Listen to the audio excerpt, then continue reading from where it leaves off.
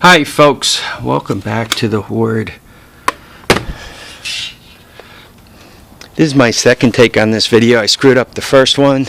On the first take I gave you a cold start. I can't give you a cold start now because this is the second time I'm starting this engine, so it's a warm start. Sorry about that. I screwed up the last video and I don't want to publish it. So what is this? This is the Trailer Park TRX 300EX. It has a completely hacked wire harness.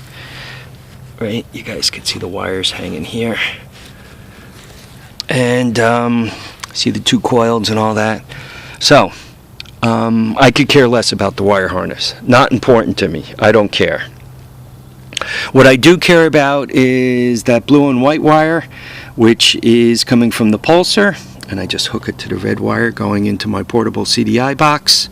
And I care about that green wire, which is ground, which you see my black ground wire to, and I care about the ground that goes to the motor, which fires my spark plug. What's sitting in here is 8 AA batteries, which gives me 12 volts, a GY6 12 volt CDI, so I have a power source and a CDI in here, and I also put the matching coil for the GY6, so I have a spark plug wire. I also put this really cool switch on it. Bang, turn it on, let it go. So what do we want to do? We want to give this thing a quick fire up, and let's see if it's going to behave itself.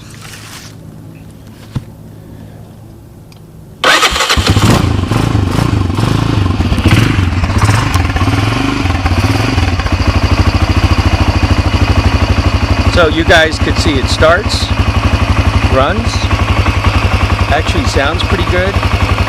It's idling. God, I'd love to try to put it in gear to see what happens. That's the clutch right there. See if the tranny's any good. Clutch is in.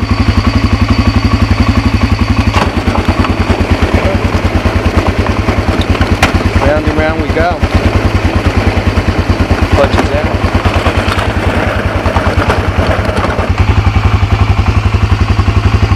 So it did go into gear,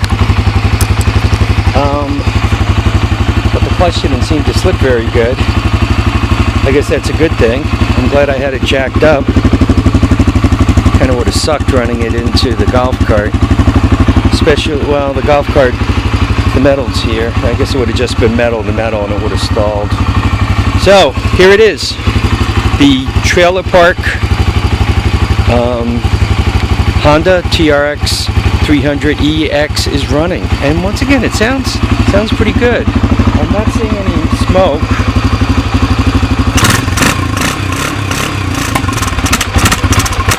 Well, now it's out of gas.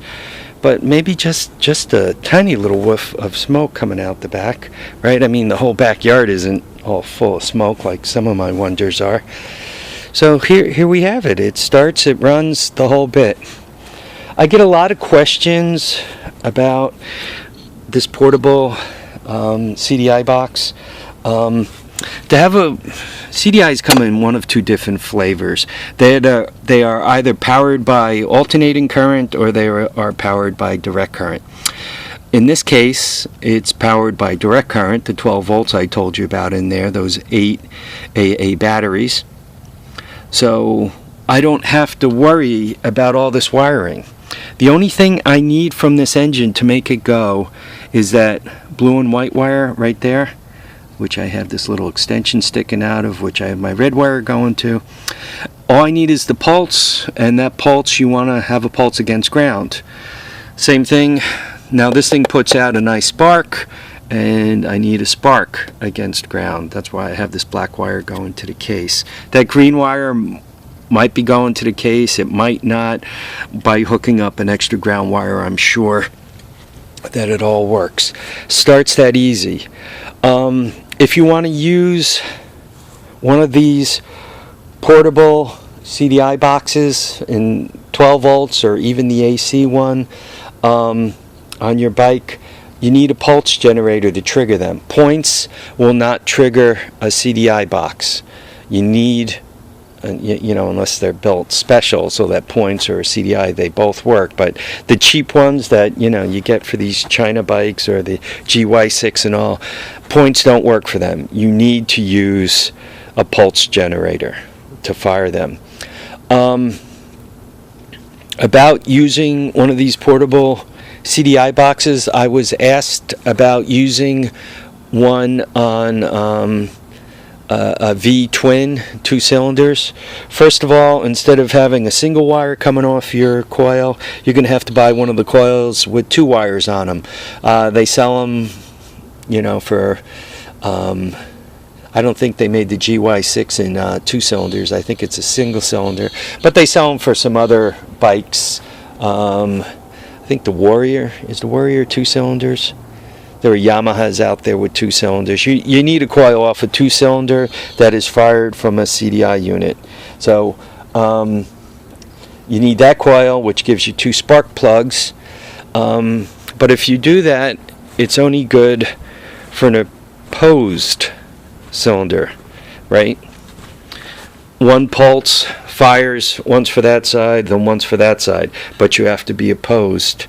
If you try to put your portable CDI system on one of the V-twins, your problem is you got 1 cylinder there and 1 cylinder there, right? They're not opposed.